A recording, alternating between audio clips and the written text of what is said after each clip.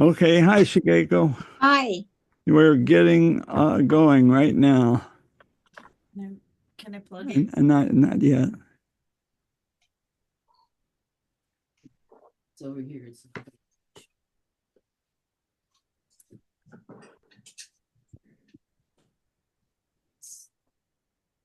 Okay, I think you can now. Okay, I hope you're all seeing the Empress. Emperor of Japan. Okay. Gary and Franz Joseph. All right, the Empress and the story of the Habsburgs. The first two seasons goes up to 1860, as you'll see, and I want to fill in the important things that happened up till 1860.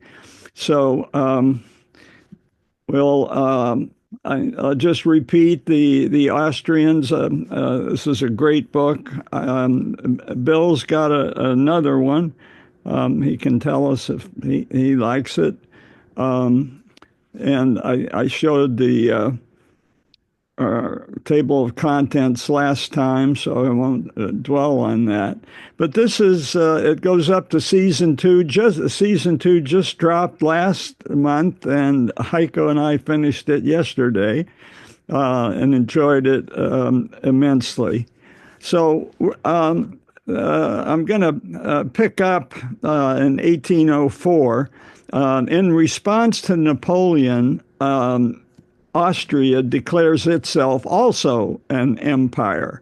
And they had held a whole bunch of lands that were loosely related, but they made it official in 1804. And a note here, the spillover into Italy, down onto the Adriatic coast, just to the west of the Balkans, and northern Italy, which includes Lombardy, where Milano is, and Venice is as well. And that'll be important. Prince Metternich, he was the brilliant chancellor that organized the monarchs of Europe to oppose Napoleon.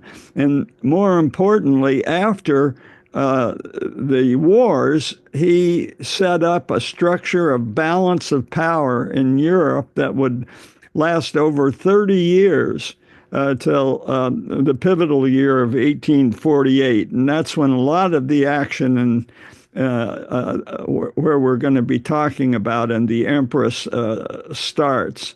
But there was the Congress of Vienna. So he made Austria the first among equals of the monarchies in Europe and arranged for the great conference to be held in Vienna. And this is him here standing. Also is Wellington. And then I think this is the monarch of Austria at that time, Francis II. And next to him is Talleyrand, somebody that we've heard about.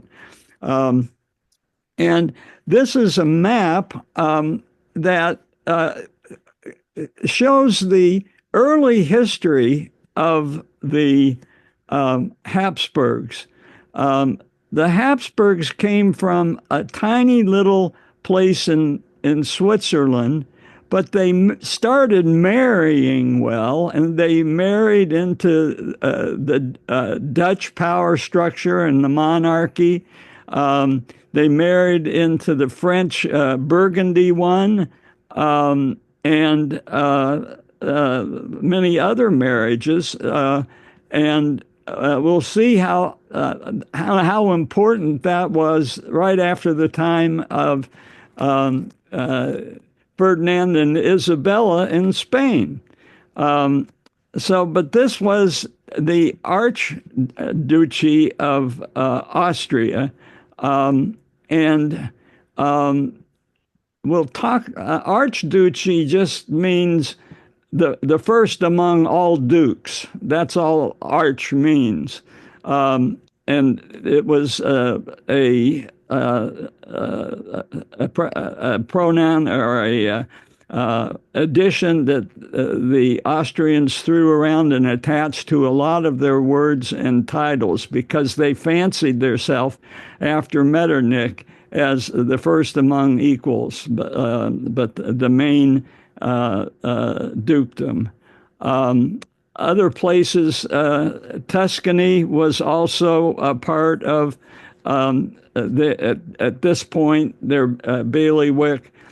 Trieste, which is the upper part of the Adriatic, Bosnia. Galicia is an area we hear about now because it's in Ukraine, Galicia. And it had acquired Galicia from the partition of Poland. And so the reason that Poland is so interested in Ukraine is that Ukraine used to be part of a greater Poland. All right, so arch just means chief, and the Hapsburg, the original Hapsburg, Rudolph created the term in 1358. The first of three divisions, so you saw the word partition on the map, was when Frederick the Great and Catherine the Great and Mary Teresa of Austria sat down and divided Poland. And it was referred to at the time as the kings dividing the cake. Poor Poland. So Metternich's peace lasted roughly 5 years, and then in Italy you got the secret society wanting independence, called the Carbonari, and they forced Metternich to retreat a little and change the constitution. And more in keeping with the Spanish Constitution. He didn't want to do that, but eventually he turned it around and he used his ally, the King of Naples, to suppress the Sicilians. And that was used as a pretext by Austria to keep their fingers in the pie of southern Italy, in Naples all the way down to Sicily. And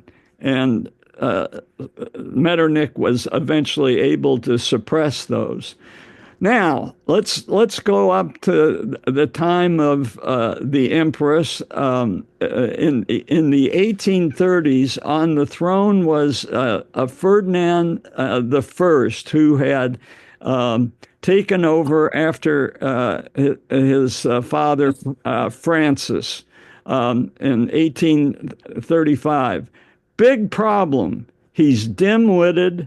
He's an epileptic. And he's on the throne in name only.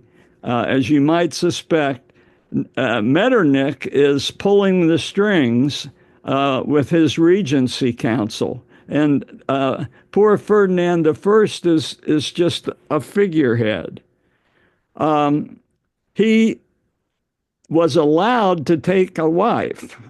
Being dim-witted, this was a difficult task, but they managed to find a Welling princess, Marianne of Savoy. So we've been talking about the Savoys, and they're situated in Turin, eventually become known as the Kingdom of Sardinia. And she was a Stoic, and she was underestimated, as we will see. But she was the daughter of Victor Emmanuel I. Victor Emmanuel II was the one who's buried in the Pantheon and who is honored with the typewriter monstrosity decoration in Rome. But his father was Victor Emmanuel I. And Marie Anne has a twin, as does Franz Joseph's mother, Sophie. You'll remember, if you've been watching The Empress, there is a portrait of twins that Franz Joseph's mother stares at. And this is a picture of Sophie as a young girl with her twin. We haven't quite learned why she stares at this portrait. But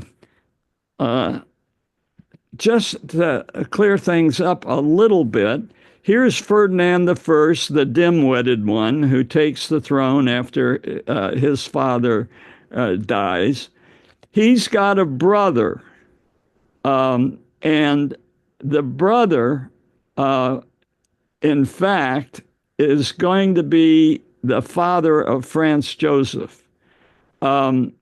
He marries Sophie, and the question is the line of succession.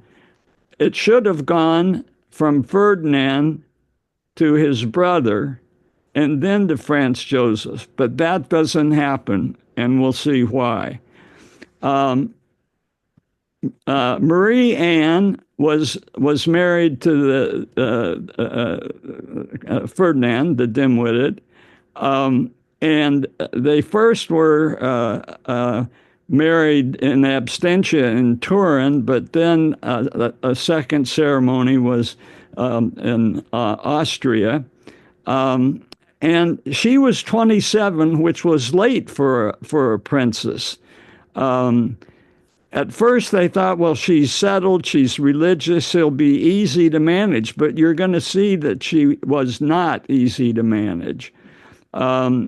She willingly called herself the nurse. She realized what she was getting herself into with this dim-witted king of Austria. And here's the older Ferdinand. He was also an epileptic, and he will be forced to leave in the uprisings of 1848. Next in line, as you saw from the diagram, was Franz Charles, his younger brother. But Marie Anne, the princess from Savoy, she had come in, and she had seen what the situation was. She saw that her husband was hopeless. She looked at his brother, and Francis Charles wasn't much better. We see Francis Charles in The Empress. He makes an appearance, and this was later, after Franz Joseph on the throne. His father comes in from a farm where he just enjoys being the gentleman farmer. You'll remember he asked his wife, Sophie, if there might be a possibility of sharing a bed for his visit. But that you can see from the facial expression that wasn't going to happen. So Marie Anne had known that her husband wasn't up to it, his younger brother wasn't up to it, and she told Metternich that it was time to start thinking about getting Franz Joseph ready to take the throne. At that time, he was only 16, but this was eventually what was done, and it was powered by not. The Empress kind of suggests that it was Sophie, the power behind the throne. But it wasn't the case this early, and I'd be interested, Bill, if your book has a comment on that. But the book that I've been reading it quotes Sophie seems to have taken no part in this succession plan. But she was the one, and she talks later on to Elizabeth how important it is for the queen to bear children. And you can see how important the line of succession was in Austria for Franz Joseph to be ready. She had gone through a number of miscarriages, which she describes to Elizabeth, and how Elizabeth has to bear up and do her job as bearing children. She is from the Wittelsbach family. This is completely a new family coming into the Austrian line, and the Habsburgs really need new blood, as we saw from poor Ferdinand. But the Wittelsbachs also, my author describes it, they're a little bit loopy. And when we look at the castles that Ludwig II builds, the castle of Mad Ludwig, we'll understand that there was a loopiness there. So she had provided Austria with King Franz Joseph and Maximilian and another third boy, a pair and a spare, if you will. This is the actress who is playing Sophie in The Empress. And at this point, early when he was at this age, it was clear that this was the most important parent-child relationship in Europe, that he was going to be taking the throne at the age of 17. Of course, Sophie's a very strong woman, but we're going to see when Elizabeth comes in that she's also very strong. So this is the pair and the spare. This is Maximilian, and I'm going to have the next oldest is Maximilian, and we see a lot of him in the Empress. And there's an interesting postscript that I'll get to. But as for Franz Karl, after he's done his job of fathering three boys, he's banished from the Archduchess's bed and then from the castle, and he gladly retreats and becomes a gentleman farmer. I want to just take a minute and look at a larger diagram of the family tree. So this was what the smaller diagram showed earlier. This is the two brothers, and this is Marie Anne.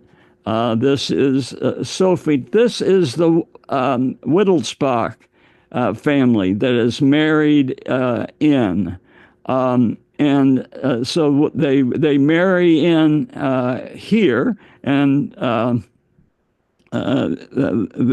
Sophie bears Franz Joseph, but they also are marrying in here because Franz Joseph marries his cousin.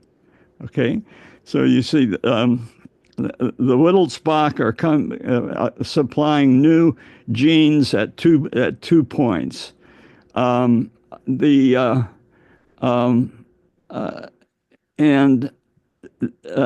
Elizabeth is going to do her job. We see that by the end of season 2, she's provided a boy finally.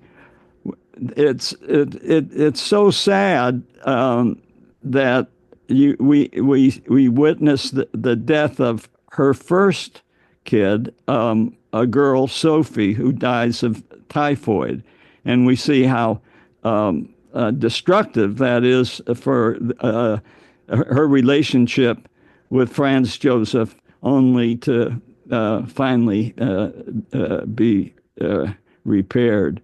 But unfortunately, as we'll see in season 3 or later, Rudolph inherits the crazy Whittlebrock gene. Spoiler alert. Sorry for that. But this is where Mad Ludwig comes in. He's this branch of the Whittlebocks. Just moving back up to the top, just to now that we've got our local family tree in mind, just to put it in the larger context of the Habsburgs. I mean, we could go back to 1500, but we'll only go back to Maria Theresa, and she was the ruler that divided Poland with Catherine the Great and Frederick the Great. She had Joseph II, who was the ruler that the Habsburgs had in mind when they named Franz Joseph Joseph, because he was a very wise ruler, a man of the Enlightenment. We noticed when we traveled around Eastern Europe that he was the one that liberated the Jews and gave them civil rights. Of course, Napoleon did in the larger context, but within Austria, Joseph II beat him to it. So those were important. And also of interest is, we all know Marie Antoinette. Well, here's where she fits in to the Habsburg line. Unfortunately, she marries the French King Louis XVI, and they both are guillotined. So those are the interesting things. There's one more uncle of Franz Joseph that I want to, I'm sorry, nephew of Franz Joseph, and that's Franz Ferdinand. And you see, he lived until 1914, because he's the one that's assassinated in Sarajevo. So there's any number of interesting points in this family tree, and this is how they all fit into the flow of the Habsburgs. Joseph II liberated the Jews. Mad Ludwig, this was his creation, Neuschwanstein Castle. And so in 1847, Marie Anne has already paved the way for Franz Joseph to take the throne. And it's a time of turmoil, and certainly it really forces the hand. Ferdinand can't deal with this at all. This map, in every capital in 1848, there's demonstrations, and it's going to be pretty hard for Vienna to deal with all this. But the Empress focuses pretty much on Italy. And we see that at this point, Lombardy is still in Austrian hands, and that's where Milano is. We see this sliver is still in Austrian hands, Trieste, and all along the Adrian coast, Venice. And in some ways, there's uprising in Milano, and it's called the First Italian War of Unification. The one we talked about a couple of weeks ago didn't take place really until 1859, 1860. But there was murmurs in 1848. Just to give you a flavor of what was going on in Vienna, this was the savior of Prague in Vienna, a guy named Windisch Graetz. And he had been a hero of the Napoleonic Wars. He succeeded Metternich when Metternich was forced to resign. And he was the one that pulled the trigger to put Franz Joseph on the throne. Just a little background, what this guy went through. He was in charge of keeping the peace in Prague, but his own wife was murdered, and he went out and addressed the crowd right after his wife had been murdered and appealed to them. You can insult me as an individual and as an aristocrat. You can do all that.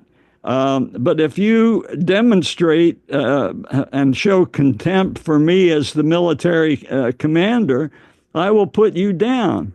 So this is quite something for somebody to do that. The crowd seized him and carried him away to a lamppost and put a cord around his neck, and his soldiers finally rescued him. So this is the kind of stuff that's going on in the background of the Empress in 1848. But he responded, declared martial law in Bohemia, which is Czechoslovakia, now Czech Republic. And then he went back to Vienna and took over there. So quite a guy. Meanwhile, back in Vienna, the mob actually had taken the Austrian Minister of War and lynched him from a lamppost, like they threatened to do with Windisch Graetz. So there's serious stuff going on here, and you can understand how nervous the Hapsburg royalty was. They had help. The Russians marched in and helped put down the Hungarians in 1848 and 1849. Of course, they did the same thing in 1956 under the communists. But that's important because we're going to see that in the Empress, the Franz Joseph has a encounter. He actually invites the heir apparent to the Russian tsardom to come for a visit. And he's reminded that Russia had helped Austria maintain the throne back in 1848. And they want him to go and help them in Crimea. And I'll talk about that in just a second. But it's shown in the Empress, that visit from the Russian royal.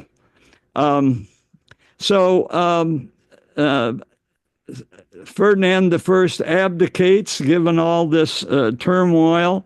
And finally, there's a counter-revolution, and a lot of it is there's been so many lynchings and so much disorder that even the middle-of-the-road liberal elements try to find reasonable conservatives that they can join forces with and end the chaos. And people looked around, all of different nationalities, and they saw that things could really fall apart with all the different ethnicities going at each other. And they saw the emperor as being a unifier, a credible unifier. And so the extremism of 1848 ended, and Franz Joseph, the family, royal family, had obviously had to leave Vienna, and they went to Moravia, and that's where Franz Joseph was crowned in a very small informal ceremony that was done in extremis, and he takes over at this turbulent time. Ferdinand, it's kind of touching. Ferdinand, the dim-witted predecessor, turns to him. He strokes the head of Franz Joseph. He says, "God bless you. Be good. God will protect you. I don't mind." And so he walks off the stage of history. This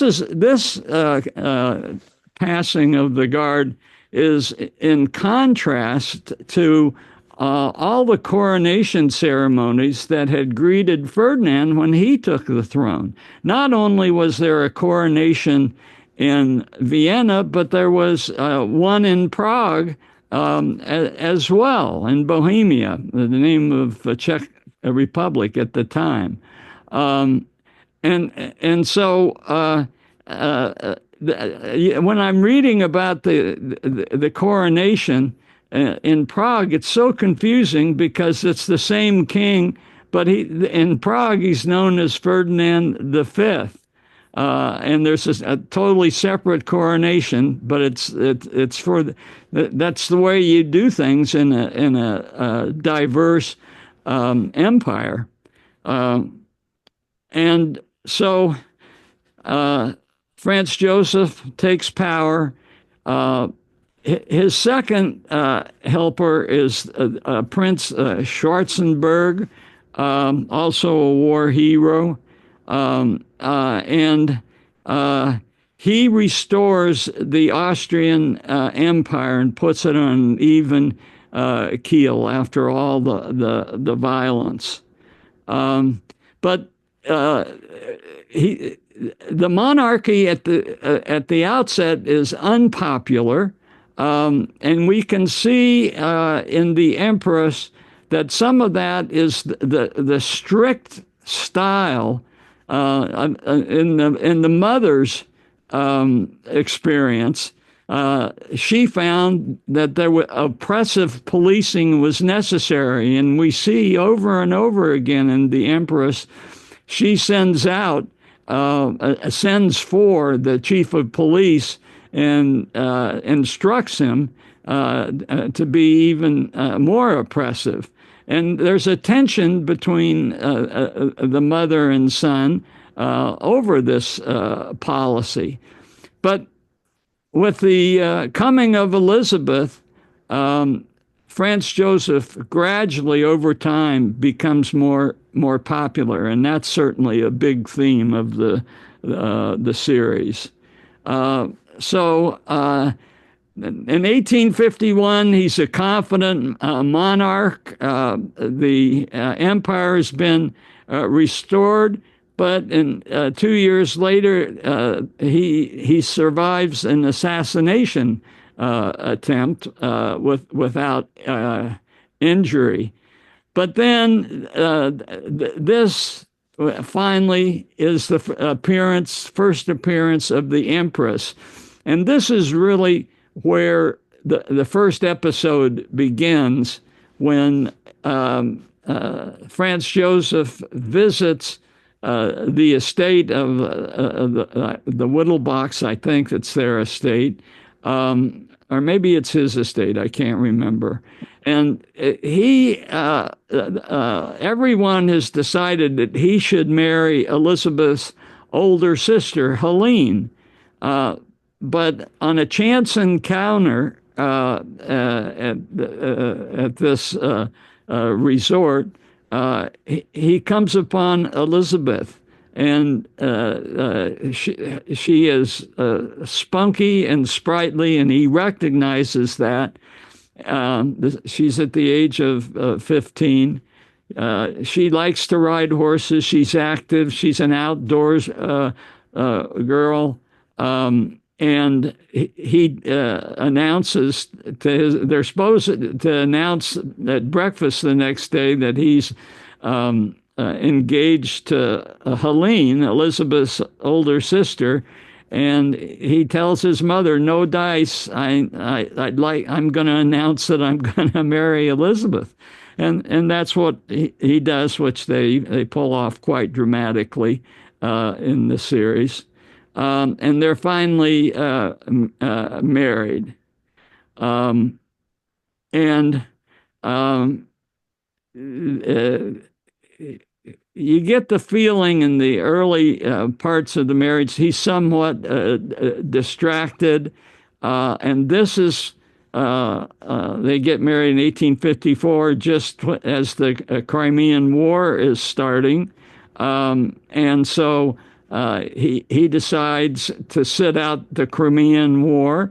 That he certainly wasn't going to enter on Russia's side, and the Russian resentment starts to build up, and the Russian resentment is a theme all the way up to World War I.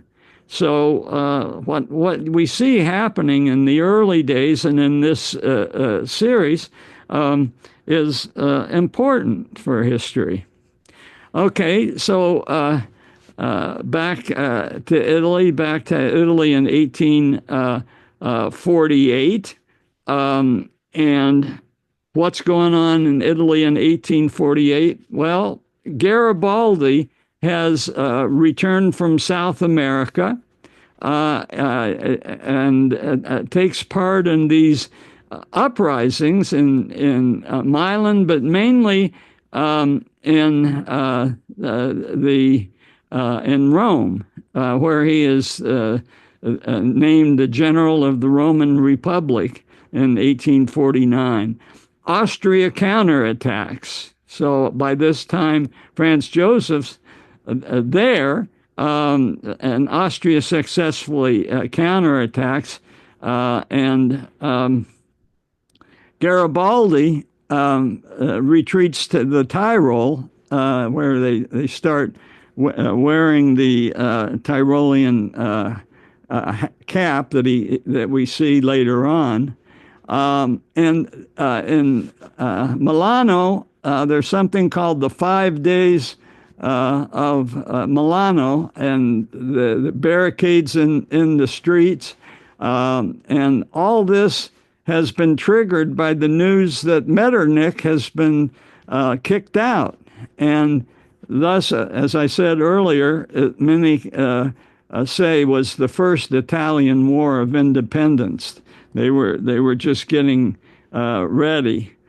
In 1852, Count Cavour, who we talked about a few weeks ago, he made it a policy that his kingdom of Sardinia would be the engine driving Italian unification. And of course, he's going to send Garibaldi down to Sicily. Napoleon III has been recruited by Cavour. And we see towards the end of season 2 that the strategy of Napoleon III and Cavour is Napoleon III doesn't want to be seen as the aggressor, but he'll rescue Cavour if Cavour will be the aggressor. And so Cavour arranges a border provocation on the boundary of the dukedom of Milano. And Franz Joseph is unaware that there's an alliance with France, so he issues an ultimatum thinking that he's just dealing with Savoy. And we see he learns at the end of season 2 that there are French rifles that have been captured as they were being smuggled into the Duchy of Milano. And then he realizes that he's been tricked. He could have just walked away from his ultimatum, but he figures that he has to follow through with his ultimatum to save face. And of course, the Austrians go into battle unprepared, and there's terrible losses. And as season 2 ends, we see Franz Joseph putting on his military outfit. He's had military experience that I'll go over in just a second, and gets on his horse, and that's how season 2 ends. So how did Cavour persuade Napoleon III to go into with him? We talked about this. How Cavour's cousin, the Countess Castiglione, had seduced Napoleon III. And so Ramsey gave us a lot of details on that. But this is where that fits in. And all Napoleon III wants is Nice, which Savoy gives to him, much to the displeasure of Garibaldi, because that's his hometown. So Lady Castiglione traveled to Paris. Not only did she convince him, but she became his mistress, but also had a brief affair with King Victor Emmanuel II, who even gave her a nickname, Nini. So the fruits of Cavour's cousin France sides with Austria, but France stops fighting before all of Cavour's objectives have been achieved. He wanted to be able to claim all of the Lombard and Venice, and France stopped before that was achieved. Victor Emmanuel accepted the Franz Joseph's agreement behind Cavour's back. And Cavour resigns, but he'll come back later. So all that, Empress Elizabeth, in the meantime, has been quite fertile. She lost her daughter, Sophie, but finally on the third try, she presents Austria with a boy, heir to the throne, Rudolph.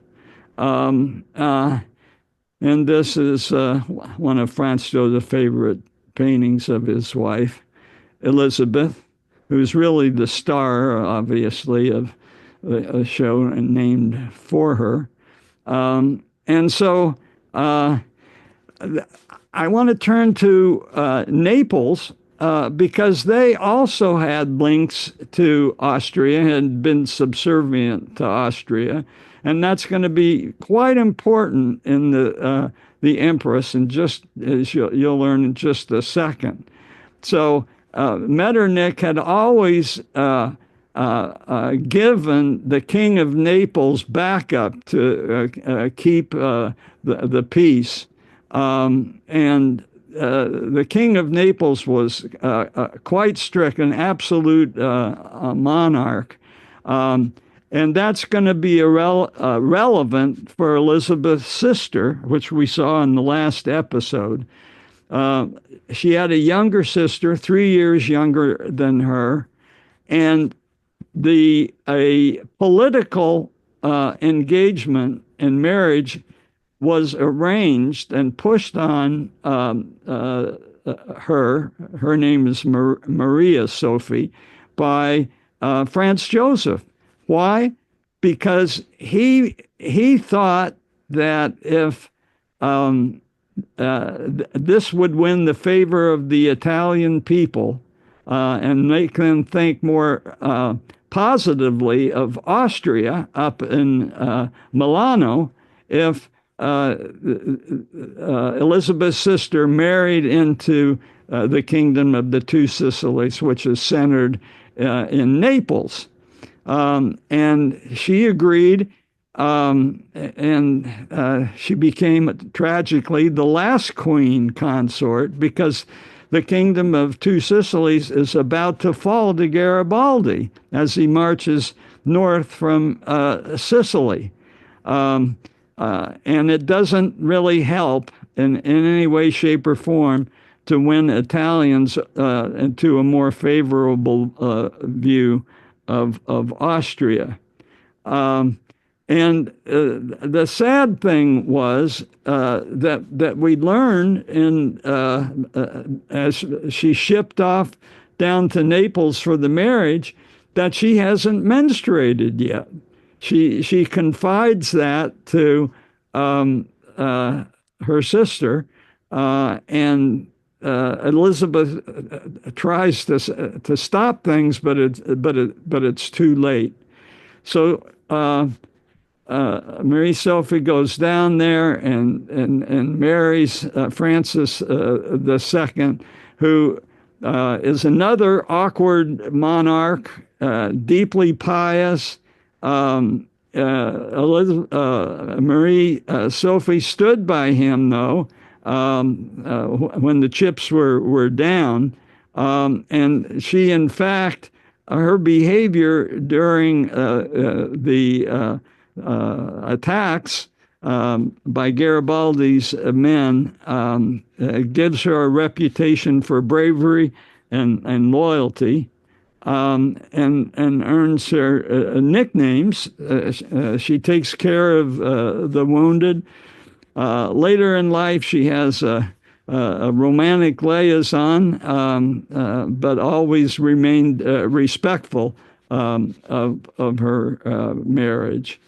And so by the age of 19, she's been a queen and lost her kingdom. She's had all this poetry dedicated to her, and including Proust, who spoke of her as the soldier queen on the ramparts. She was, in that way, she was like Elizabeth, as intelligent and headstrong, but said to be a combination of Amazon and angel of mercy. So Franz Joseph, we see him going off to war at the end of season 2, but he'd been in war before. Let me just touch on what he had done. As a 18-year-old, he had joined forces in fighting in Lombardy, and he had fought in Verona, and assumed his duties calmly and with dignity. He had also fought against rebellious Hungarians. At this battle, he had Russian help, which the Russians reminded him of later. So he'd seen warfare. And so when we see him marching off to war at the end of season 2, he's going down to fight. And his big battle is Solferino, and which helped the Austrian side regain a little bit. They had a lot of terrible losses before this at the Battle of Magenta. And that's where season 2 ends. There is one more episode that I want to cover, and that has to do with Maximilian. So this is the royal family in 1860 after Franz Joseph gets back from Italy. And I want to talk about Maximilian's adventure in Mexico. So in the Empress, the series, this is Maximilian. He's quite a rascalawag. And he, in real life, he modernized Austria's navy there on the Adriatic Sea. And he created the naval ports in Trieste. He takes a wife. Later, her name goes from being Charlotte to Carlota. That gives you a hint of where we're going. The two couples visited at this beautiful place on the ocean that Maximilian had built. So this is Elizabeth, and this is Charlotte, and Franz Joseph and Maximilian in the boat.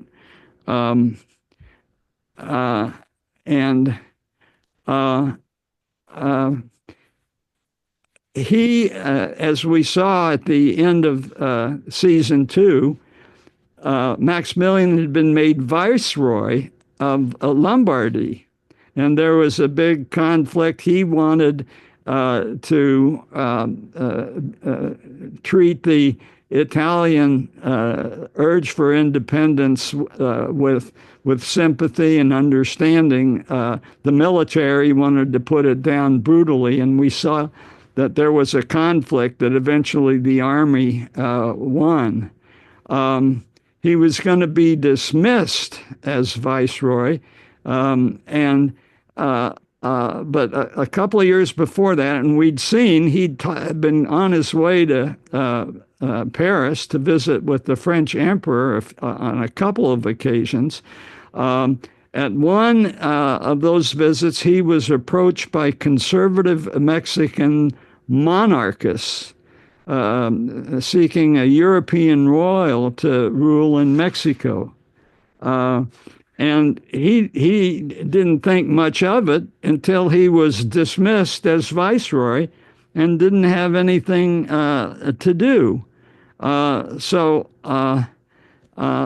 the logic of the Habsburgs taking over Mexico goes back to this Habsburg family tree. And when the Mexicans had their revolution in 1821, remember, at this time, that was only 39 years before Maximilian's dismissal as viceroy. So there was a certain logic of restoring the empire in Mexico. Of course, it'd be like coming into California and saying we're going to restore the Spanish monarchy. That would have been ridiculous. But such was the logic at the time. And we go down here to Charles III. He was the one that was on the throne when Junipero Serra was coming into California. So there's some connections here that are interesting. When Mexico declared their independence, Ferdinand VII was on the throne in Spain, and the first person to seize the power did it in the name of royalty. But that was obviously only a temporary. Everybody saw it that way. But the conservatives of Mexico kept that in mind, the idea of a monarchy. And so Charlotte and Maximilian, they agree to go to Mexico after they are no longer the viceroy in Milano. And so Maximilian himself was a liberal. He looked back at Metternich and what Metternich had done, and he thought Metternich had been horrible. And he was sympathetic in some ways to the rebels. So he was not a dyed-in-the-wool conservative by any means. But these people that came from Mexico were. So there was this tragic mismatch. And Maximilian says, I'll go, but only if the French guarantee their support. And he got it. Napoleon III said, yep, I'll support you. And there had just been a civil war that ended in 1861 that the conservatives had lost to Benito Juarez. So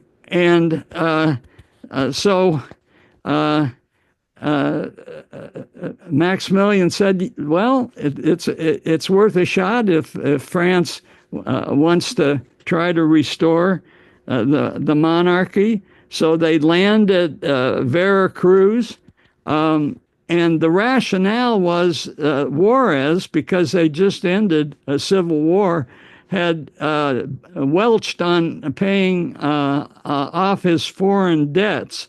And that upset not only the French, but also Spain and also Great Britain. So it wasn't France alone.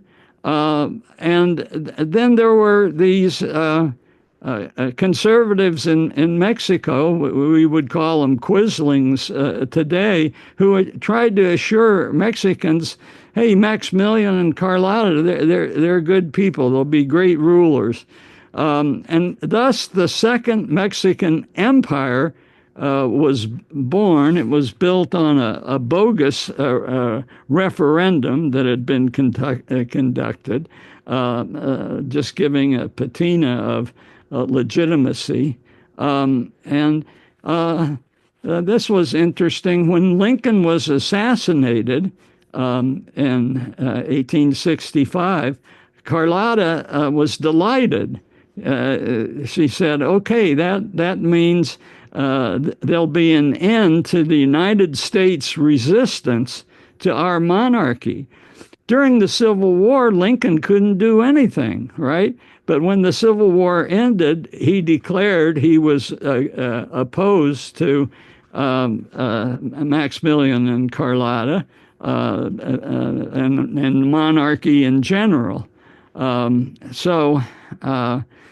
Maximilian and Carlota continued their duties, but there was a setback, and we always think of Cinco de Mayo as being a really big day for the military.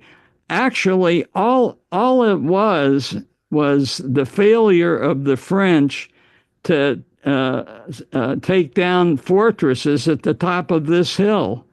And the French retreated, and that gave a huge emotional boost to the Mexican Republican defenders, but it didn't amount to a hill of beans militarily. And in fact, in Mexico, it's not as big a deal. It's a deal, but it's not as big a deal in Mexico as it is here in the United States. Mexicans here in the United States, and you can trace that back to Mexicans in California who celebrated it.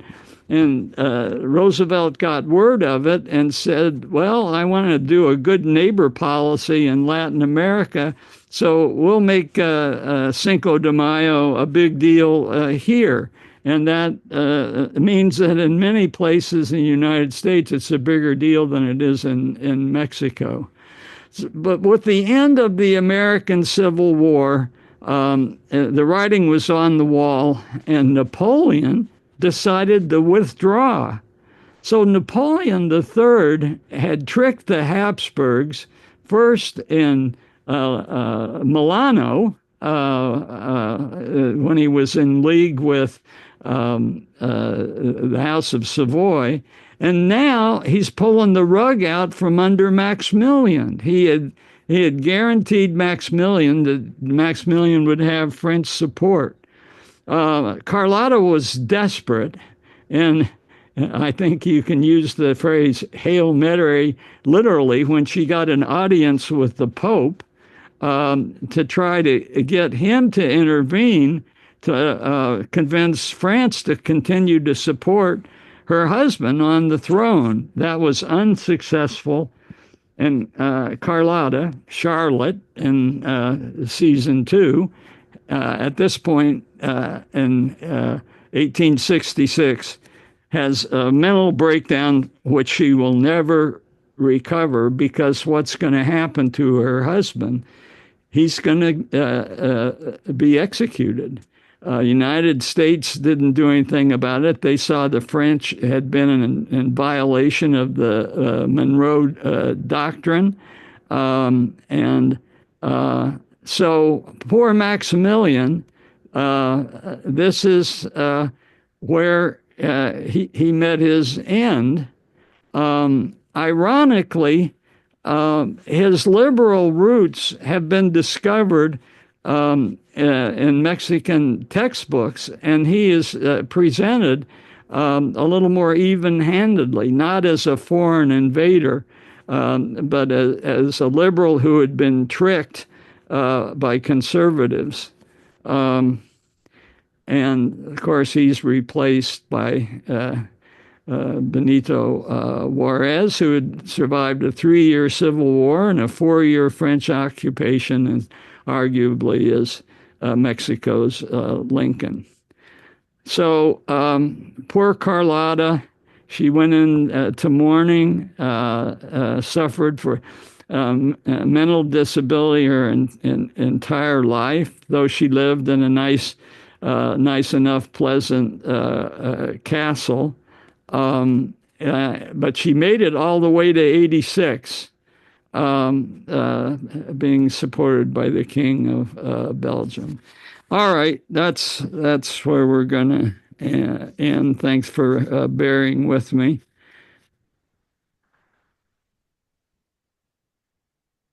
Hey, John, I had a medical question. You know, that dim-witted guy, he's always portrayed with a large head. Yeah. Was hydrocephalus, did he have some sort of third ventricle blockage or something that gave him that hydrocephalus? I don't know, but his brother had a similar large head. Yeah. No. I'm not aware of that. Okay. I'm not aware of that.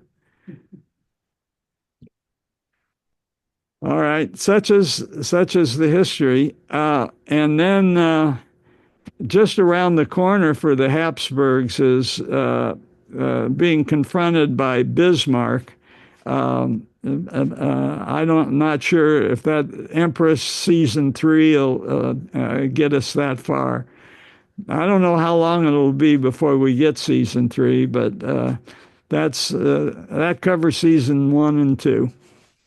Hey, John. Yeah. Question for you. Did you go to Mountain Shadow this last week, Saturday? We did. Yeah. At any rate, that was Gloria. Yes. And and that was the early 1800s. And of course, that's Napoleon the First, I think. That's basically he's involved with, and actually is it in 1809 when he basically says that opens it up to all religions. There was a comment on that at any rate. So this, when did, as Napoleon the First, and then I think he in what is it, 1803, 1813, he gets sent off to an island, right? Yeah, Elba. And then, but so there's got to be Napoleon II and III. So this one here is, you're talking about Napoleon III, right? Right. Napoleon II was a nobody, so there's not much to. He doesn't make the history books for any reason. So this is a nephew of Napoleon through one of Napoleon's brothers. So you mean the Napoleon III? Yeah. Yeah. Okay. Yeah, because I was going to say then basically it has to do with the Russians and ultimately the Habsburgs really kind of going into World War I. Yeah, if the Empress goes follows Franz Joseph all the way, I don't know. They may stop when the Elizabeth leaves the scene. Iko spilled the beans on that last week, but I'm not gonna. I'm not. Yeah, no, that's fine. I'm not gonna do. I'm not gonna expand on that. Iko. Yeah. Elizabeth sends her sister to marry the King of Sicily, and it was implied in the second season that the King of Sicily was a little simple-minded too. It seems like Europe is ruled by a bunch of simple-minded men and strong women standing behind them. Well, I think the unfortunately the dynasties all thought that it's better to play your cards close to your chest, and so let's have cousins marry cousins, and that's never a good idea. We will learn maybe next week. Or I guess when we reassemble in January, I can do the family tree of Queen Victoria, and we learn about hemophilia, which the way the genetics work, being sex related. Is only men get the hemophilia, and the prince in Russia gets really bad hemophilia that's painful, and this guy Rasputin comes in with the cure and really bewitches Queen Victoria's daughter. I think I have that right. Who's married into the Russian throne. So I'll throw up the family tree of Queen Victoria. It's almost as interesting as the family tree of Marie Theresa. And meanwhile, back in the California coast. Yeah. Oh, good for you. Thanks for steering me back. No, I definitely want to. Junipero Serra is amazing, and he's still he's made it to not just Monterey but Carmel. And if you haven't been to the mission in Carmel, you should go. It's really quite extraordinary. It has his room, and when we were there, it showed the instruments that he used for self-flagellation, which we see as a thing throughout his life. So when we come back in January, Bruce, and thanks for setting me up, I'll do a quick review since it's been so long since we've been with you near Procera, but it's a story worth telling. And California's story is a story worth telling. So we'll get back on track at least until season 3 of the Emperor. Good deal. Adios. Adios. Thank you. Thank you, John. Oh, and yeah, so it'll be the first Tuesday in January. We'll take a couple of weeks off. All right. Happy holidays. Happy holidays. What?